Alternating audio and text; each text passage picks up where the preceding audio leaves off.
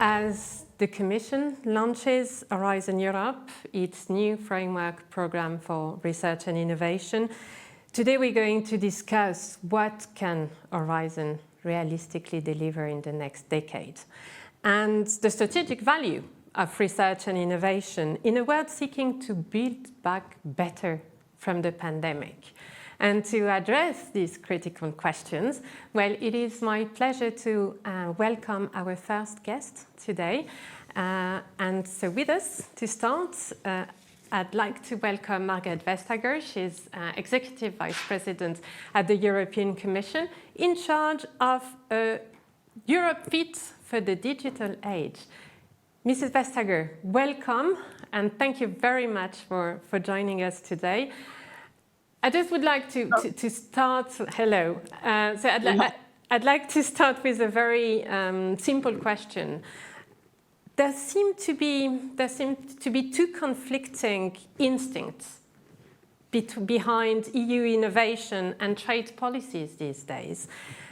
We hear a lot about strategic sovereignty or strategic autonomy on one hand, but also about openness and international cooperation. So which one is it going to be? I have a few examples, but maybe you want just to give us a general framing around that question, and then I will take concrete examples. Well, yes, indeed. And first and foremost, thank you very much for having me. It's a pleasure to be here. Such a very, very interesting program that you have created on a very topical discussion, because obviously research, innovation, development, that is the way to go for the recovery, but also for the twin transitions of digital and green to be successful. We discuss this a lot. I would never say strategic autonomy without open in front of it, because also being a commissioner for competition, you know, I recognize a good merger when I see it. And here, sort of bringing together the openness of the European Union, that basically we are open for business. European businesses are to be found everywhere on this planet, doing great business, serving their customers well. While at the same time insisting that there are more things that we should be able to do, and we should be able to do them better. For instance, it's really important for us to have sort of a democratic scrutiny and our democracy setting the framework as to where we want to go while using more and more digital technologies in our societies.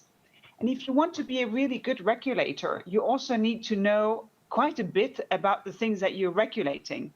So to understand the market, to be in the market, to develop technologies is of the essence if one wants to make full use of digital technologies, both from a point of view of putting them into effect to the benefit of businesses, but also to fully understand how to make sure that we get the regulation right. Because there is a sense of urgency that right now democracy needs to catch up with the development of technology.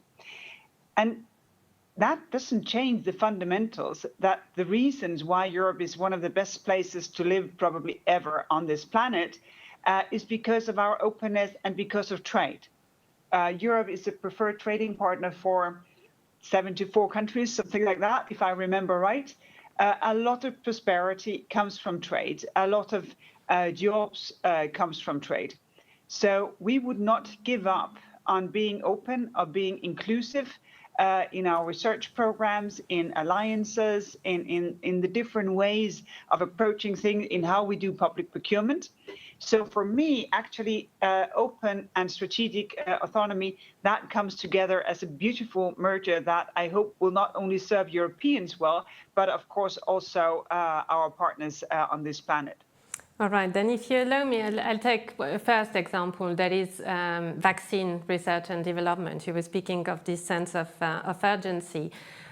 vaccine R&D and production. So the R&D started open and collaborative, but the latest EU policy requires an export notice before vaccine manufacturer can ship any abroad. So which one is it going to be? Can you lead the research and development on one side and just then delay the export?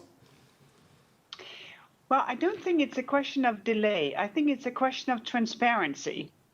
And transparency is also a completely integrated part of any research project, of any collaboration. If you have no transparency, well, there's a high risk that there are quality that you will miss out. And we're right now in a situation where it's really critical that people can see what is going on, because so many myths are being nurtured and spreads right now. We have a black market that is, just escalating when it comes to vaccines. So to be able to follow where things are going is of the essence. Obviously, this is not an export ban. This is creating knowledge and transparency as to where things are going. And one of the things that it shows is that Europe is probably the biggest exporter of vaccines in our global society. And that we only know because we have the knowledge that comes from the export notices. And I think, as you will have seen, there are really important exceptions for this. And as far as I know, of course, secondhand, because I don't work directly with the export notices, this is not upholding things. This is indeed creating the transparency needed when we are in a situation where distrust, misinformation, and wrong myths are at the risk of being built.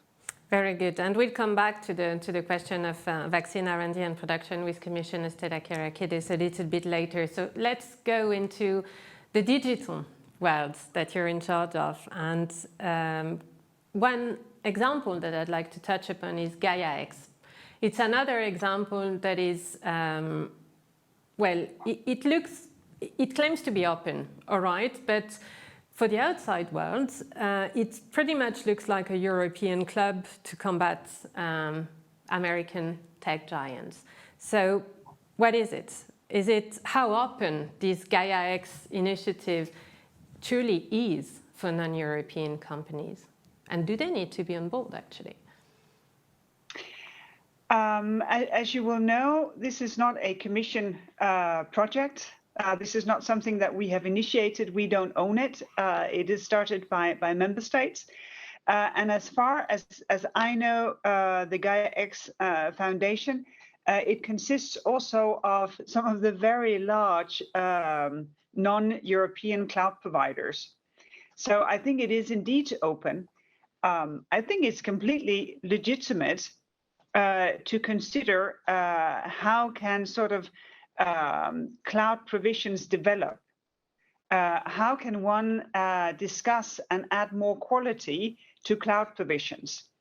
The use of cloud will change in the coming years. Of course, we know that the amount of data will increase dramatically, but we also can have a quite firm prognosis that you will be using data so much more on the edge of systems rather than at the core. So I think it's quite an interesting debate, and I follow it quite closely as to what kind of new qualities would you want to add to cloud services. How should cloud services develop in order to remain relevant in a society where more and more data should be exchanged, more and more data should be pooled, and where we should be better and better to enable also the sharing of sensitive data. We have launched a proposal that is called the Data Governance Act that will enable data intermediaries to be set up for people to safely put in data and for others safely to take out data, for instance, for innovative purposes. Being absolutely certain that for instance, the GDPR is upheld, that people's privacy is respected. And I think when all these different developments come together, it's a really good discussion to have what should be the future of cloud services when more and more sensitive data is out there, and where there is a need and a push for more sensitive data being made available for innovation purposes. All right, and we'll come back in a minute about the question of the importance or the role of international cooperation in terms of managing this sensitive data. But let me come to the question of SMEs. One thing that the Commission has created, unlike Gaiax, is the European Innovation Council, right? Mm-hmm. And with the UK exiting, one thing that we learned is that the UK is out of the equity portion of the European Innovation Council. So that is kept for EU SMEs only. So is it a model that is going to be replicated with other countries like Norway, Israel, or Switzerland? We would want to be specific. For the UK, it's part of sort of the overall agreement that we will have a specific agreement on the participation on Horizon Europe as such. I think there's a draft version, and there's agreement in principle on this draft version. And here, I think you will know that the UK will associate itself to the entire Horizon Europe program, apart from the financial instruments exactly of the European Innovation Council Accelerator Fund.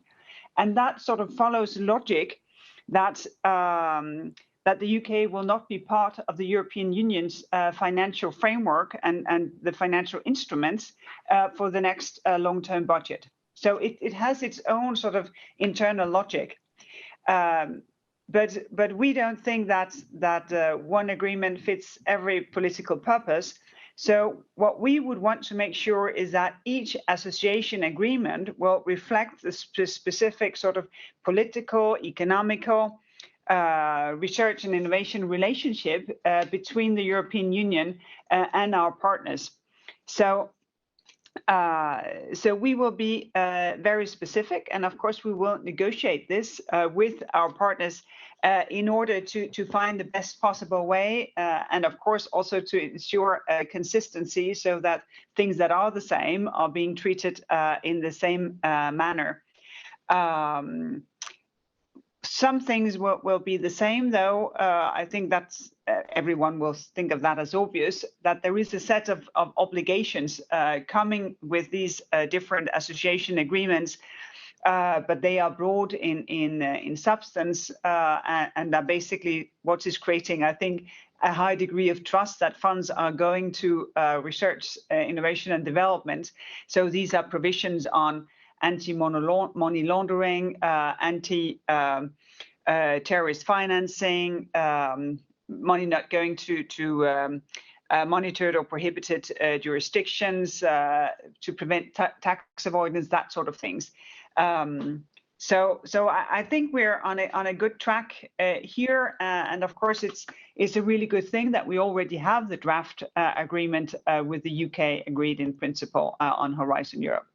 Right, and the two ministers that will come right after you, Minister Eiter and Minister Kustets, will be able to give us a bit more insights about those association agreements. One last question about this technology, this strategy of strategic autonomy versus international cooperation, and trade and EU innovation policies. Climate technologies. We lost the leadership in the field of solar panel to China. So China is now leading the market, and in fact, its solar panel have turned out to be cheaper now for Europe. But can we afford that? Do we want to go down that route with critical technologies, in particular in fields like hydrogen or catalyzers, for example? Two different perspectives on this also really important question.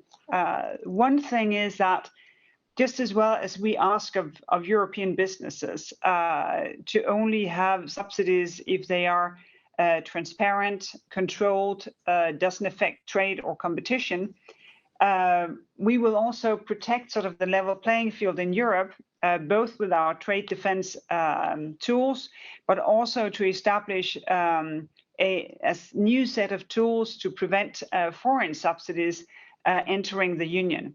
So there is a level playing field dimension here.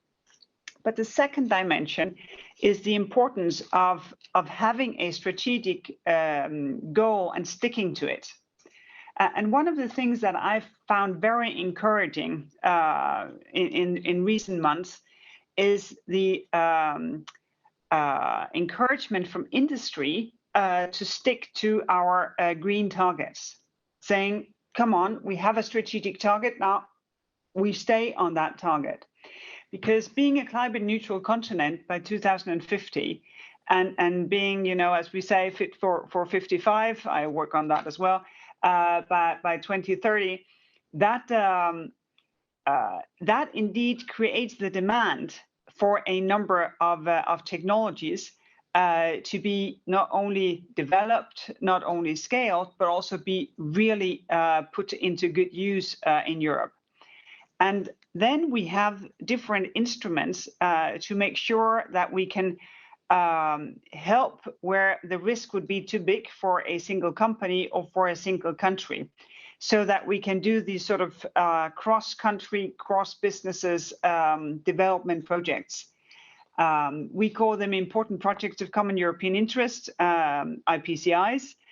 We just recently were able to launch with 12 member states and 42 businesses one of these projects on batteries. And not only on the batteries, the cells or the packs themselves, but also on the technology, sort of supervising the individual battery as to how it's doing, so to follow its life cycle, but also to innovate on the very organization of the use of rechargeable batteries. And the reason why I mention this is that when you have, you know, firm targets, so you create the demand, you have the possibility to support where there is a market failure, that the risk is too big for companies.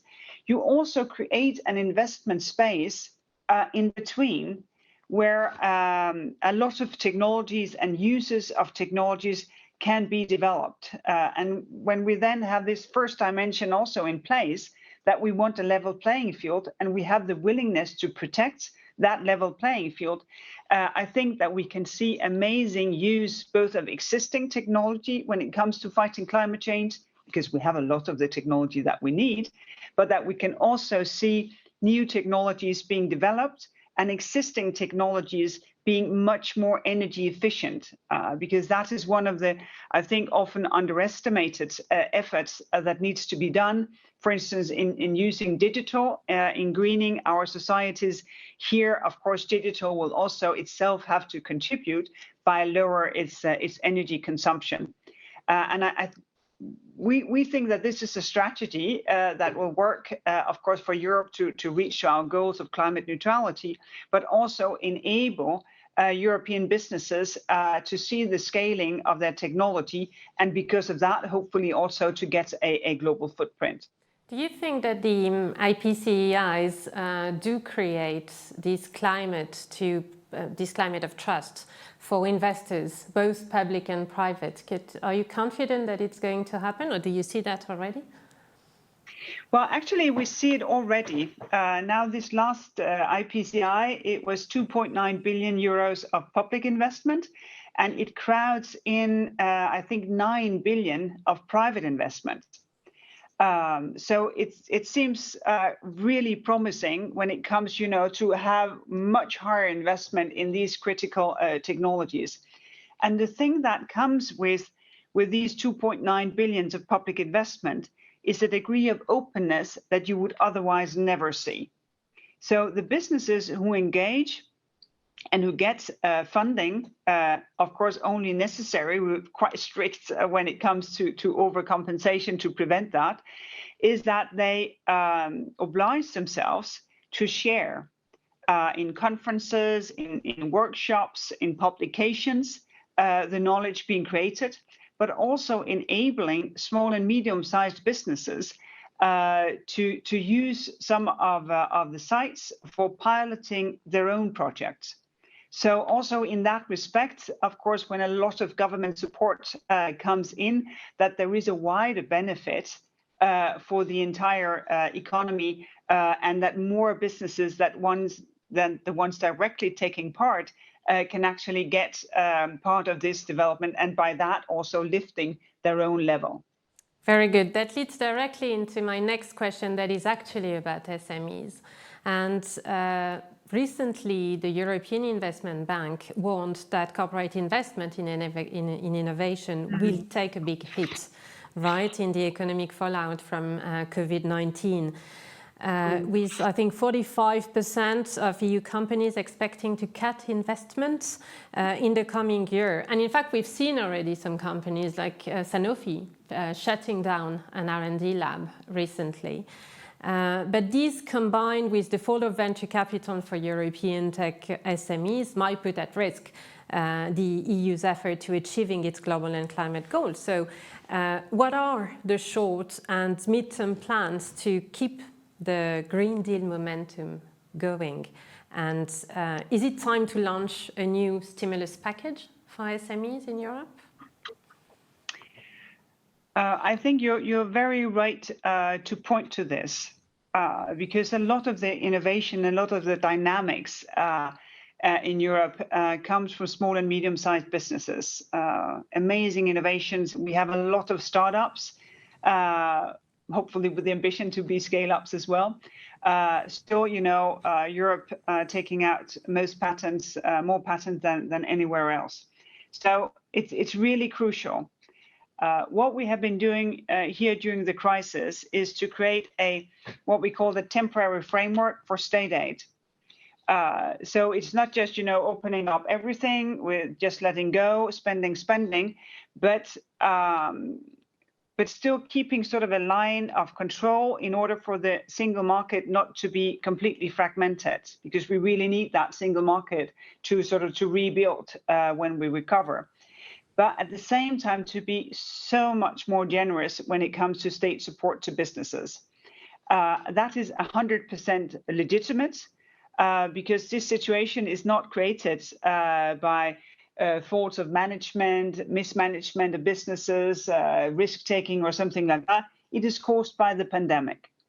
So a lot of funds, actually the accumulated state budget for state aid in Europe is right now 3.1 trillion euros. It's not all being put into use, but quite a lot of it is being put into use. And that allows businesses to hibernate and for assets to be preserved for the recovery later. The second thing is that we have a number of existing financial instruments. In April last year, we launched what is called Escalar, which is sort of a funds of funds that is developed with the European Investment Fund. And that helps sort of promising European startups to grow. It is also sort of with the agenda to keep them in Europe, because we hope to keep them here if we can provide them with the funds that they need. And it will provide up to 300 million, aiming at increasing the capacity of venture capital up to 1.2 billion. And the third thing that I will mention as part of this is, of course, the Recovery and Resilience Fund. In total is 750 billion euros that will be put into effect both in member state, but also in cross-country programs. And I think that is important as well, because that will create a sense of dynamics. One of the things I think at least I learned from the financial crisis, is that it comes with a very high cost if the recovery is slow and weak. And now we would want to do the opposite, to have a strong and fast recovery with an unprecedented European investment on top of what member states themselves will do. And I do think that that will be beneficial for small and medium-sized businesses as well. If we are then also successful in sort of opening also the digital markets more, so as industrial digitization really gains speed, then of course many more startups can be part of that wave than what would otherwise be possible. And this is why the proposals of the Digital Services Act and the Digital Markets Act, that they are quite crucial, because if you can rein in sort of digital gatekeepers, you can create a much more fertile digital single market also for SMEs. Very good. I have one last question for you, and then I'll turn to the ministers. With Joe Biden in the White House, his administration has brought science and society in the same portfolio, right? And that science needs to be for the benefits of citizens, for the US citizens. It's pretty clear. In the same spirit, the Digital Service Act in Europe aims to create a safe digital space for European citizens. So my question is, does that mean that when it comes to GAFAs, the EU will seek to coordinate its digital tech policy and legislation with the new Biden administration?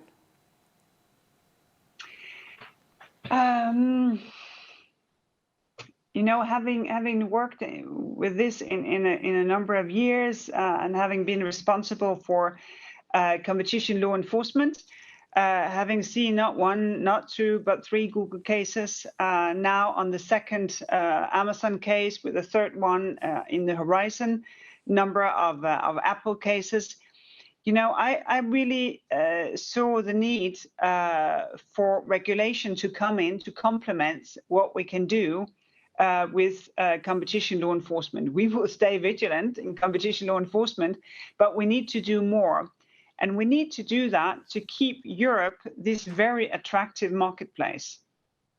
As it is now, you know, millions of businesses, they depend completely on gatekeepers, literally keeping the gates to their business opportunities. So if Europe is to be or remain a vibrant, dynamic marketplace, the Digital Services Act and the Digital Markets Act, they are indeed needed to achieve that. In the time span where I have been following this, the global debate has changed a lot. I myself have had 3 special advisors on how to make competition rule fit for digital age. We have had reports from Australia, Canada, Japan. In the US, you now see the cases, and you see a number of states of the United States also moving forward when it comes to privacy. So the global sort of climate, when it comes to what should be the role of big tech in the marketplace and in our society, has changed. So we hope that we can have a really, you know, open discussion with our US friends. And in order to frame that, we have suggested to create a Trade and Technology Council. So, you know, really high-level forum to have these discussions.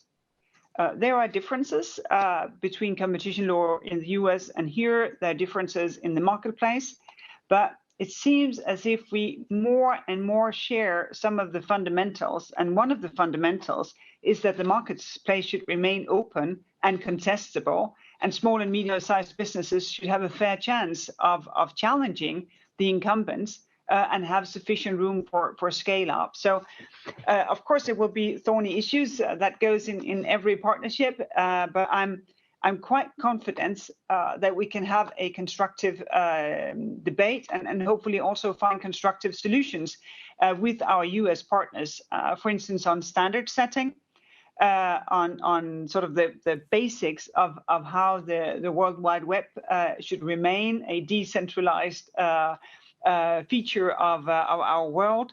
So in that respect, I'm really encouraged by how the Biden-Harris administration has gotten started, and I'm looking very, very much forward for the cooperation. Thank you. I think you gave us plenty to discuss in the next session. So, Executive Vice President Vestager, I'd like to thank you very much again for joining us, and we hope to see you again soon in a Science Business Conference. Thank you. And I now would like to invite our next two speakers to join.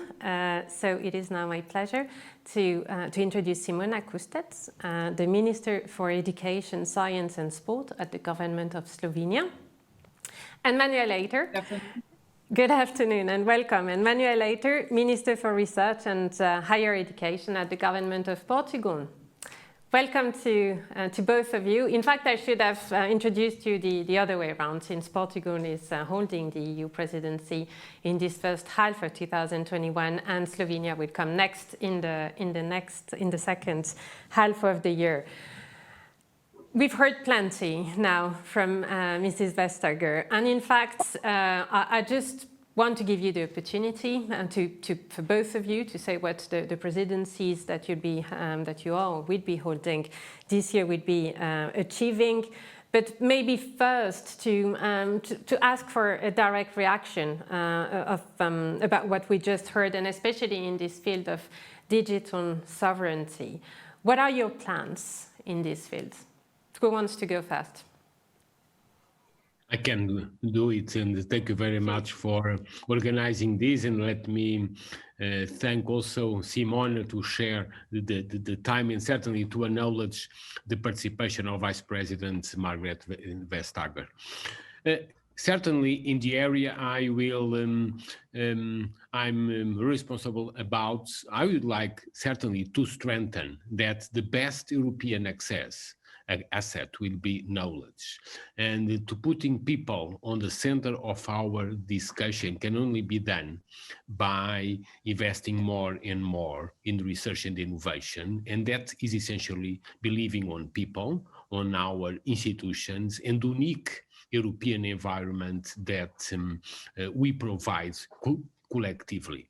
And we should definitely acknowledge the progress achieved in the development of the European research area over the last 20 years, which has attracted a large consensus throughout Europe. And I will say that now is time to challenge European citizens to do more. This is important because reaffirming the target of the 3% GDP on investment in R&D, as defined again and reaffirmed by the Commission on the last end of September, is a very important goal that we have now the opportunity, if we look collectively, to Horizon Europe, the Next Generation EU, and the several national recovery plans, together with the next pluriannual framework program. And therefore, building synergies among the different national and European centralized and decentralized funding schemes towards always a better and renewed European research area, which will be more and more critical to look and to work with data. Data is essentially has become an important asset, but we need to build a true knowledge-driven process to work with data, to access data, to build new data, but also to transform data in value to all of us. And that can only be done with more research and innovation. And I believe the opportunities that we are launching in Europe with Horizon Europe and building synergies with the national recovery plans should be our priority in the months and years to come. Thank you. Data and AI governance is indeed a very important point. Minister Kustec, do you want to come in here? What would be your plan as part of the Slovenian presidency in the field of AI and data governance? How do we protect European citizens from tech and from US and Chinese tech giants?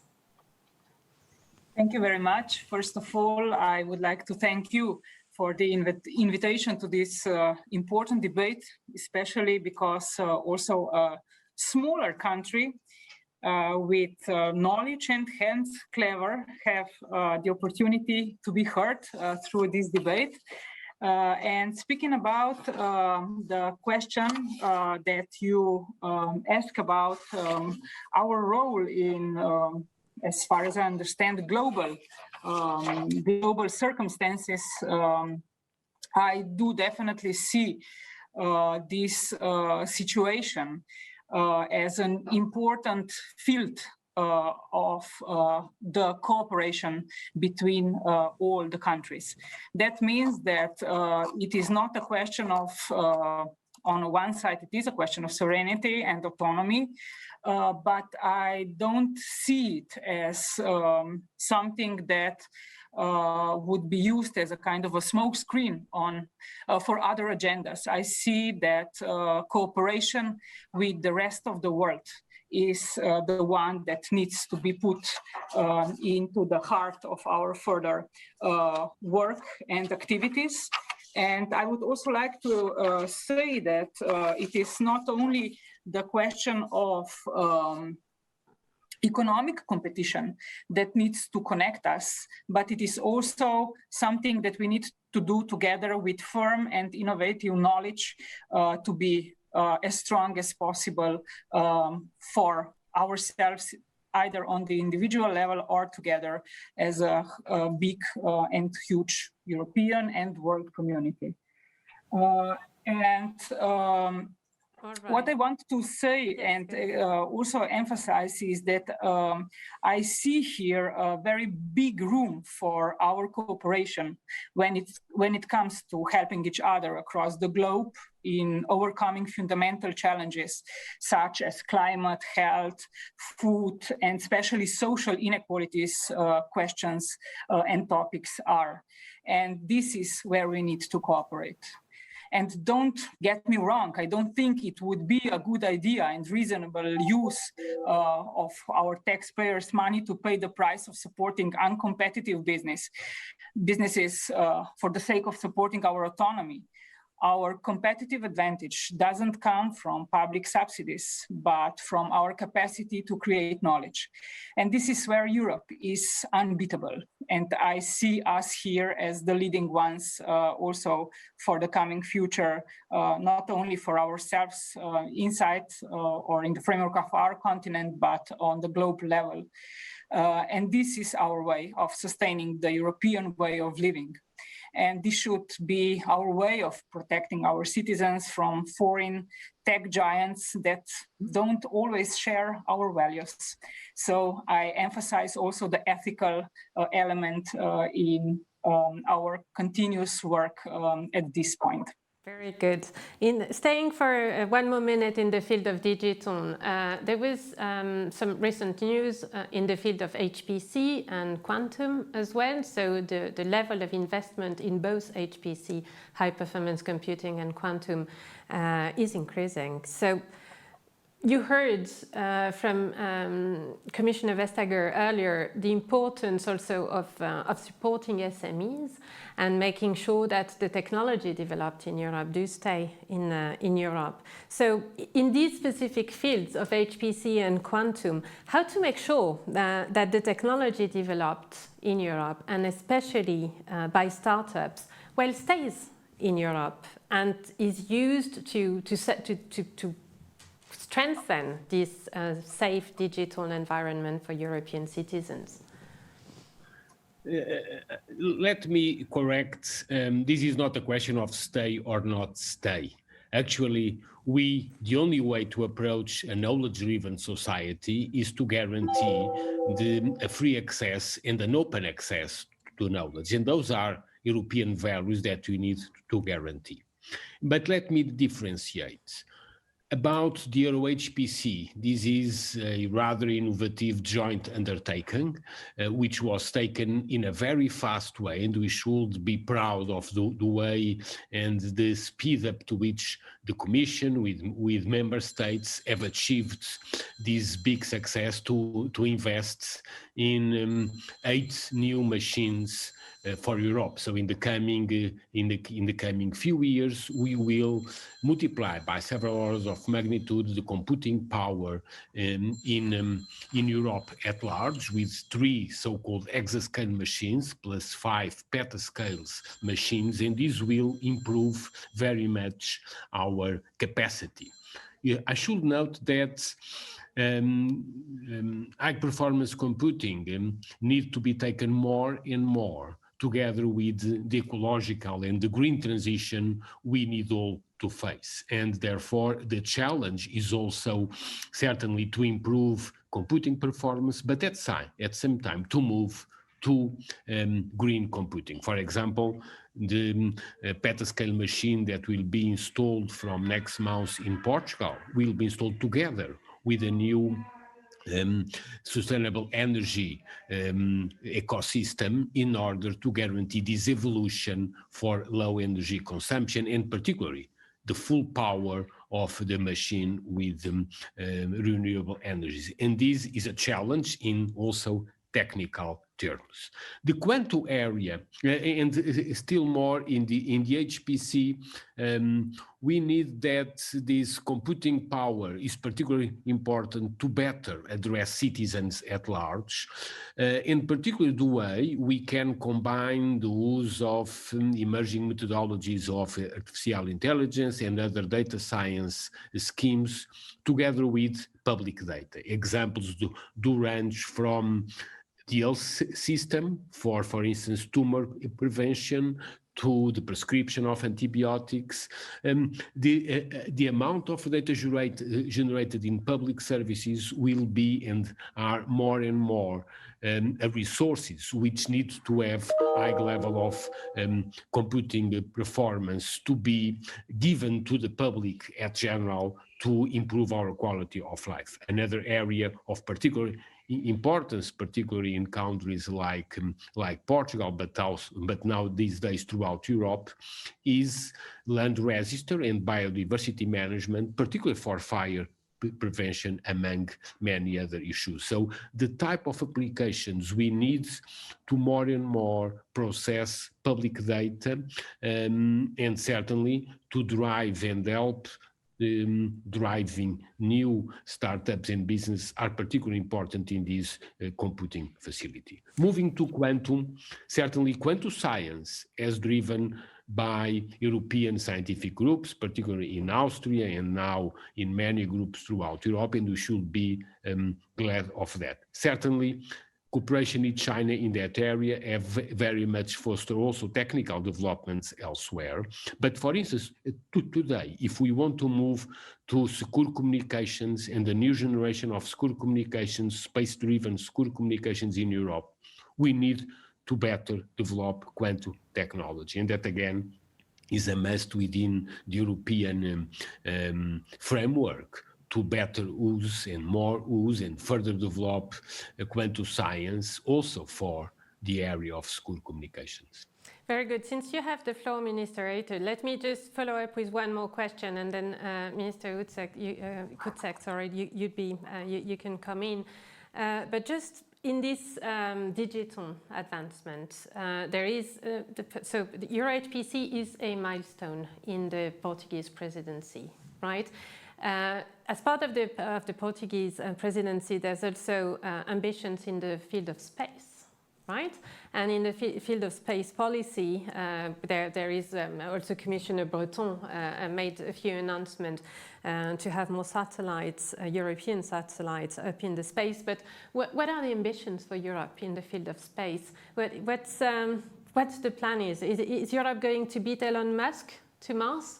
Elon Musk said that it's very likely that we have human beings landing on Mars by 2026. More than that. Good. More than that. Space is our economy. And what we mean space, and in particular new space for people, is that everyone in Europe at large uses space, and we feel that space is a driver of new and better jobs. And let me give 4 main areas for the new space for people. First and foremost, space-based navigation. We have the best world navigation systems, Galileo, and with high accuracy navigation system, particularly 20 centimeters accuracy, we can improve a lot of our daily life from urban mobility to traffic management. Second, space-based Earth observations, and through the Copernicus and the new set of small satellites, where we again combining with advanced IT systems, we need certainly to open a data policy to better drive new Earth observation systems from land register to biodiversity management, to water management, to urban mobility. Third, space traffic management. We know that we still rely very much on the operational system, so-called space surveillance and tracking, SST, and we need to move further and faster to a space traffic management for Europe to essentially guide and promote a political regulation how to score space safety in a congested space, because we are moving towards that area. Last but not least, the fourth area of particularly relevance in economic terms are space-based telecommunications, particularly addressing issues of 5G communications and as I mentioned, secure communications. In order to make this, first, in the downstream sector, we need more and more to drive new markets, from precision agriculture to land register to urban mobility, which will more and more will use and have access to satellite image, particularly from low orbit satellites.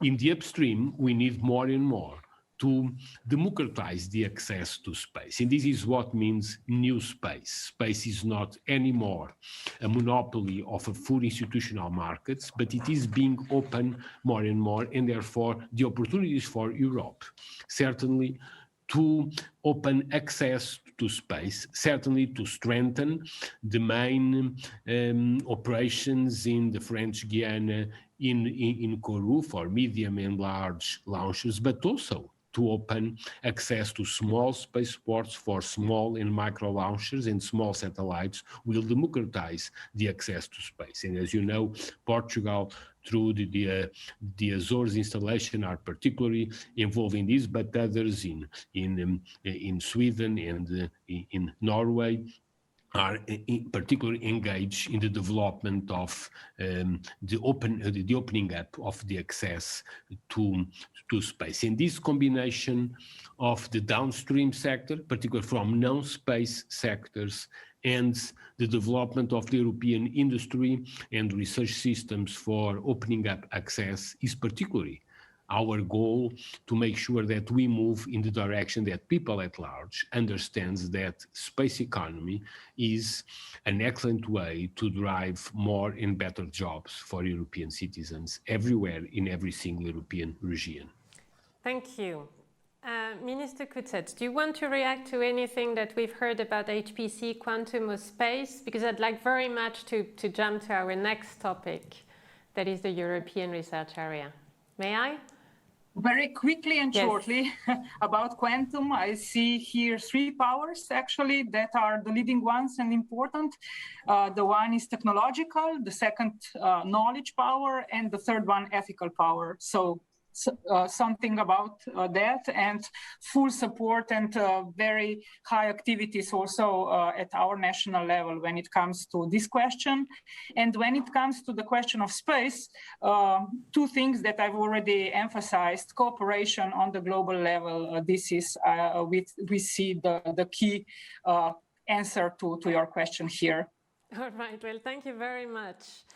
Now that the negotiations around the MFF and Brexit are finalized, and that Horizon Europe is launched, kind of, what's the next big thing? I think the next big thing is probably the European research area, right? The revamping of the European research area. We've heard yesterday from Commissioner Gabriel that it's a very hot priority for the Commission. So are the research careers, among other things. But my question to you both, and maybe Minister Kustet, you can start, is, well, what do you think can realistically be expected from the European research area in 2021, just bearing in mind that any previous attempt of completing a single market for research have failed. So what concrete measures can be undertaken to make it a success this time? First of all, to answer this question, we should first take a look at what's been achieved so far. In 20 years of its existence, European research area has done a lot. 55 big European research infrastructures planned and 37 of them already implemented, mobilizing close to 20 billion euro in investments. So since 2004, more than 7 billion national investments have been contributed to joint research programs. Researchers' mobility has been increased within EU significantly through European Charter for Researchers and Code of Conduct. And now it's time for a new European research area, for sure. And what will be different? First and foremost, I see an increased commitment of the Commission for a stronger role in delivering European research area. Second, I think we are already ready to admit that we are better in saying than in doing. So something that we definitely need to work very tightly and intensively in the future. So coming from words to the real life activities much more effectively and efficiently. Targets are not enough, and I think we will all try harder now. And third, COVID made everyone grasp the importance of research for solving our problems. Science is again seen as instrumental for achieving the twin transitions. Science is again seen as the solver of the problem, of the problems, and I think that this is the right way, and it should be like that. So if we translate these lessons into the new European research area, we should have a framework in which, first, research and innovation contribute to all policies for their design and implementation. Second, we remain ambitious in our objectives, but focus much more on their delivery. And third, we take greater political ownership and societal responsibility together with all the involved stakeholders. So we are not talking here only about governments, about the researchers, but we are talking here about everyone that has a stake and interest in contributing and cooperating when it comes to these elements. So this is how I would describe the ultimate goal also of Slovenian presidency as part of the trio with Germany and Portugal, to establish and improve European research area governance framework that delivers more and more levels, also actively involving citizens, not only on the EU level, but also through national and EU action combined.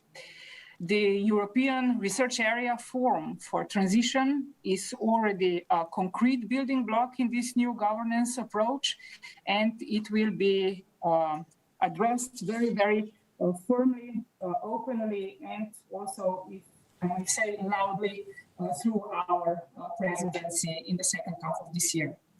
But Minister Kustet, I do have a question though. What are your KPIs? What your key performance indicators? What do you want to see concretely happening?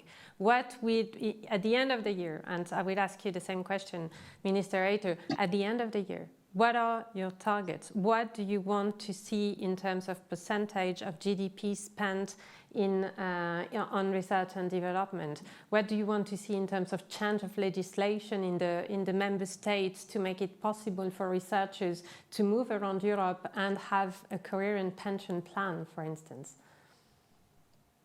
Yes, first of all, I think that we need to stay realistic on one side, but on the other side, we need to put all the assistance and support for additional investments into the research and into the opportunities of our researchers on the national level, on the European level, and also on the wider global level when it comes to especially the applicative part of the research, because we are already right now living in times when it is very important that we do have the support for the fundamental science, but on the other side we need to be very, very focused also on the so-called applicative type of science support, because we do need now the scientific community to help solving the concrete problems through which we need to go and move through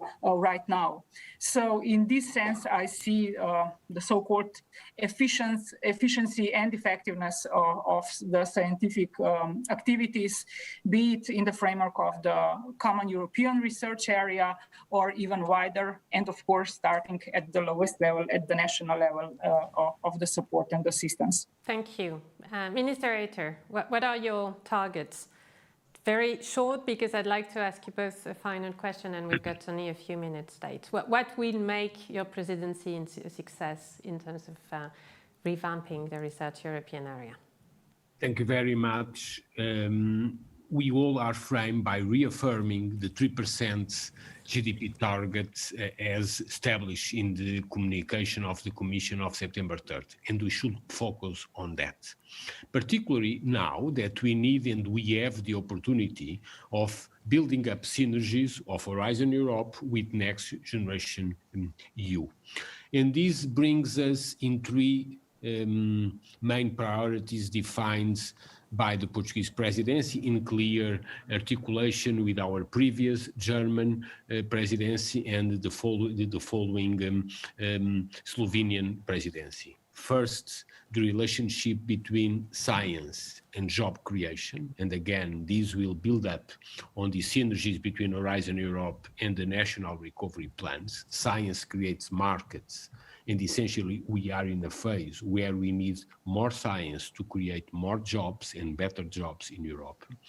Second, the overall idea to further invest in knowledge, because we are facing unprecedented times, particularly what many scientists have called us for a new geological area of the Anthropocene, where we need new knowledge. And Europe has been key in promoting an open collaborative platform towards exploring the new frontiers of knowledge, which needs open science and open collaboration. Last but not least, our third priority, as is being discussed since the first informal council last month and will continue until May, is strengthening research careers and the professionalization of the research activities. Overall, Europe needs more scientists, and this depends on the way we look at research careers. Very good, thank you. One last question for you two. We've got a couple of minutes late, and we've got a lot of people who are listening from outside the EU,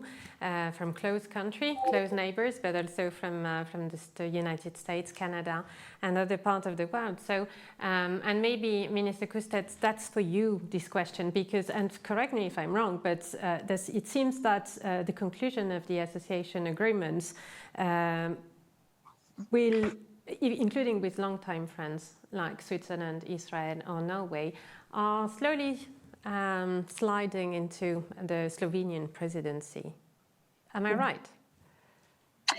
Well, yes, for sure. When we are talking about other countries associating to Horizon Europe, I see our presidency more as a facilitator than a gatekeeper. So speaking about Norway and Iceland, they will already be associated by the virtue of their EEA agreement by the time Slovenia takes its place at the helm of the Council. I also expect that Israel should be very close to concluding talks with the EU. Israel has been associated to EU research program for the last 25 years, and we will do everything in our responsibility, the process of its association. And thirdly, I deeply wish that the process of association of Switzerland, which has been involved in EU research programs since the beginning, would go as smooth as possible also in the coming weeks, months, and year. Before this can happen, certainly political questions unrelated to research and innovation policy have to be resolved between the EU and Switzerland. I see willingness on both sides, so I remain optimistic that Switzerland might be associated by the end of the year as well. But it's not sure then. Excuse me? It is not sure then. Yes, but I think that as far as I'm informed, the activities on both sides are kind of quite active, and the willingness to move on is here, and I see this as a very, very important point for the future processes when it comes to the question of Switzerland. Then speaking about Canada, Australia, Japan, and other countries, these, including the US, have been participated in individual research projects with partners from the EU, but having them as full partners on equal footing with other EU member states, that would be my dream to come true. I think that EU has a lot to offer and has proven a reliable partner so far, and I don't see why that should change. When our turn comes as Council presidency, we will strive to keep the fair conditions of cooperation that we enshrined in the Horizon Europe legal basis. This shouldn't be a partnership in which one would gain and other would lose. It has to be a win-win situation, speaking about all the interested countries and, of course, the role that I see of the European Union and also our presidency in this regard. Very good. So you've got a lot to work on, both of you, but I'd like to thank you very much. I'd like to thank Margrethe Vestager and also Manuel Later and Simona Kustets for setting the scene so brilliantly for the rest of our conference. So thank you again. We hope to see you again soon.